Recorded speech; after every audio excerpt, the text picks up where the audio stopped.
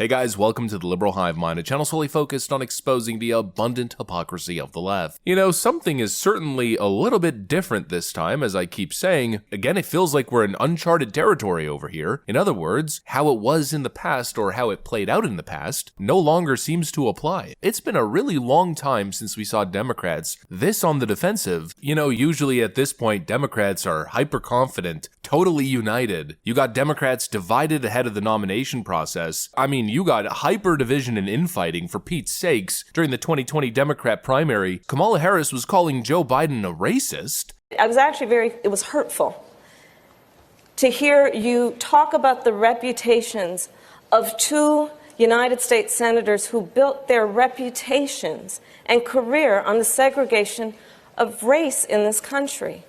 And it was not only that, but you also worked with them to oppose busing. But then, of course, she ended up as his running mate, and the whole party united behind Joe. Usually we go from hyper-division to hyper-unity, I mean like communist for the party style unity. But this year it feels a little bit different. It feels like that unity just isn't coming back. It feels like the division is here to stay. The Democrat infighting continues. Total chaos and dysfunction for Democrats. Heading into this next election, let me show you guys exactly what's going on. We got some stuff to get into, so let's roll the tape. Alright folks, so like I said previous, usually the progressive leftoids at this point would have jumped on the bandwagon. They would have taken the L, they would have given up, and they'd become Democrat shills like the rest of them. That's not what's happening at all, as the TYT refuses to do the usual establishment capitulating, this time sticking by their guns and even calling out the squad caucus members for dropping the ball. You ready for some breaking news that will surely disappoint you? Of course. So Ryan Noble's reporting on X. Representative AOC tells us she spoke with President Biden over the weekend and it's time to end the speculation over his future. Quote, Joe Biden is our nominee. He is not leaving this race. He is in this race and I support him. There's more. Now, what I think is critically important right now is that we focus on what it takes to win in November because he is running against Donald Trump. Everybody would be running against Donald Trump. They make it seem like Joe Biden is the only one who gets to run against Donald Trump. You know, a Democrat, a generic Democrat that will start with 10 points higher lead is also running against Trump, except would be 10 points higher. So look, progressives are sticking with Biden more than establishment Democrats are. It doesn't matter, you'll get blamed anyway at the end of the election. But why? Why are they doing it? Because I think that they don't know strategy at all. They're just flummoxed by strategy. If you tell AOC strategies, you'll be like, oh, how dare you, okay? So I look, she doesn't, first of all, she should have never given him the endorsement in the first place. I mean, what kind of a moron would favor a guy that 80% of the country says his brain's not working? No, you can't, nobody can be that stupid. No, AOC and Hakeem Jeffries are not stupid. They're just cowards. And they just bow their heads to leadership. The way voters feel about being lied to, about Biden's mental state, about his ability to run and beat Donald Trump. The thing that keeps coming up is how betrayed voters feel, and to have, honestly, a progressive of all people come in and run interference for Biden is so incredibly disappointing. And by the way, this comes on the same day that the New York Times put out a report regarding a Parkinson's expert that visited Joe Biden 8 separate times within 8 months. And now to turn around and instead of fighting the establishment, which was the whole point of Justice Democrats, which was the whole point of running against Joe Crowley, who was the number 4 Democrat in the House. Instead of fighting the establishment, now you've become a cog in the machine of the establishment, Bingo. Helping them tell preposterous lies in order to hold on to power. That is super disappointing. Now, firstly, I have to say I'm a little bit surprised as to why the TYT is surprised that Alexandria Ocasio-Cortez is shilling for Biden. It's not like this is new, shocking news. She's essentially been one of his top campaign spokespeople throughout the last couple of years. I mean, at one point, she was even campaigning for Hunter Biden when he was getting hit with that felony gun charge. But I think more disturbingly, what we are seeing is just a complete and inappropriate expedition into the president's son, and for matters and subjects that are completely unrelated to an impeachment investigation.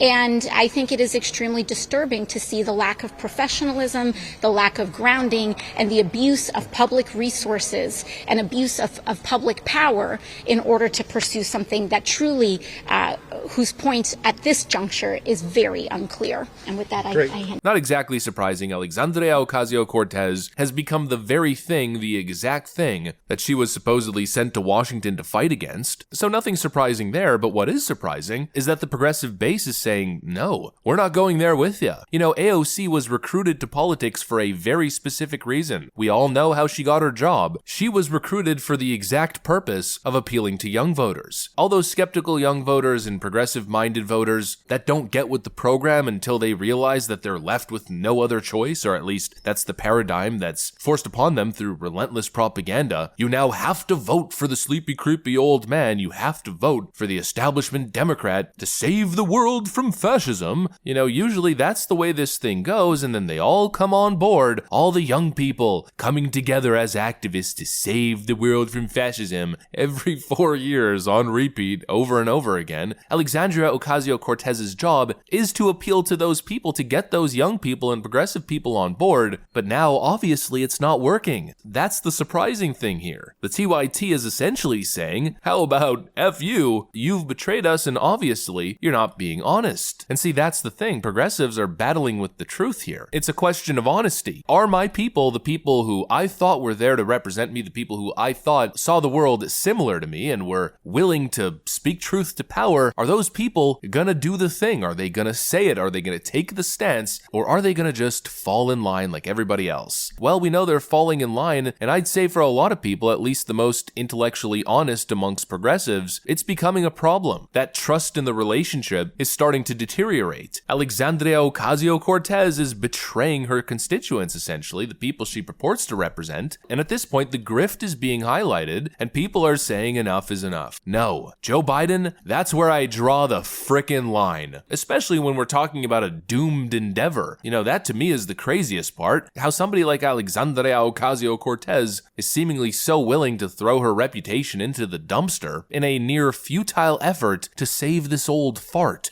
Is it really worth it? As the TYT mentioned, are you looking at the data? The data is abysmal. This is the guy that the Hamas caucus is sticking their neck out for. The progressive caucus, the hashtag squad, they were supposed to be the honest Democrats, the Bernie Sanders types. What an absolute farce that's become. Every single squad member falling in line. Biden right now.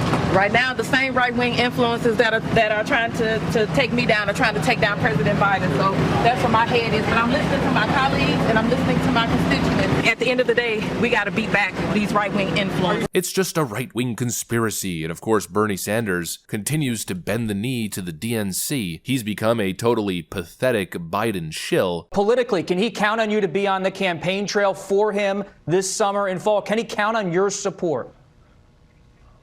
I've already done 6 events in Wisconsin. We've been to New York. I've been to Ohio. And let me say this, and maybe the most important point, Bob, I want to make this morning. What we are talking about now is not a Grammy Award contest for Best Singer.